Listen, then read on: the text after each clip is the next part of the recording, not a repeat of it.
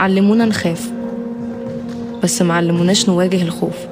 في مسلسل ميد تيرم تيا بتقول علمونا نخاف بس ما علموناش ازاي نواجه خوفنا. هنعرف مع بعض احنا ليه اصلا بنخاف، وايه الادوات اللي ممكن نكتسبها علشان نواجه خوفنا، وازاي نعلم ولادنا ان هما ما يخافوش. اول حاجة، احنا ليه بنخاف؟ لان احنا اتعلمنا وتربينا من واحنا صغيرين اوعى تغلط، اوعى تروح المكان الفلاني لا تفشل، اوعى هتقع. ما علمتوش ازاي يروح المكان الفلاني من غير ما يقع.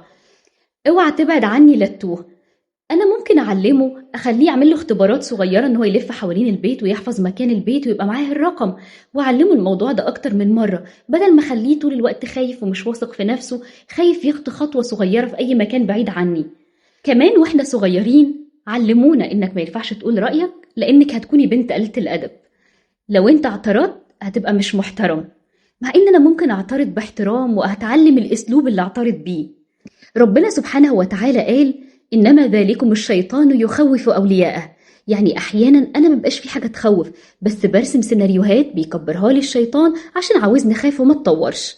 سيدنا علي بن أبي طالب قال لنا نصيحة عظيمة، قال لنا إذا هبت أمرا فقع فيه، فإن شدة التوقي أعظم مما تخاف. يعني إيه؟ يعني الهروب أصعب بكتير من إنك تواجه الحاجة اللي أنت خايف منها. إيه الأدوات اللي ممكن أتعلمها علشان أواجه الخوف بتاعي؟ أول حاجة، أعترف عادي إن أنا بخاف، وأقول لنفسي ما فيهاش مشكلة، ده طبيعي، ولكن أبتدي بخطوات صغيرة. أنا بخاف أواجه مديري، بخاف أواجه زمايلي، بخاف اللي حواليا يرفضوني. ببتدي أتعلم الحدود، إزاي يبقى عندي حدود، إزاي أقول ده مش مناسبني، إزاي أقول أنا بحترمك جدا بس كلامك ده مش متوافق معايا أو مش مناسبني، إزاي أقول لأ من غير ما أبقى إنسان مش مؤدب.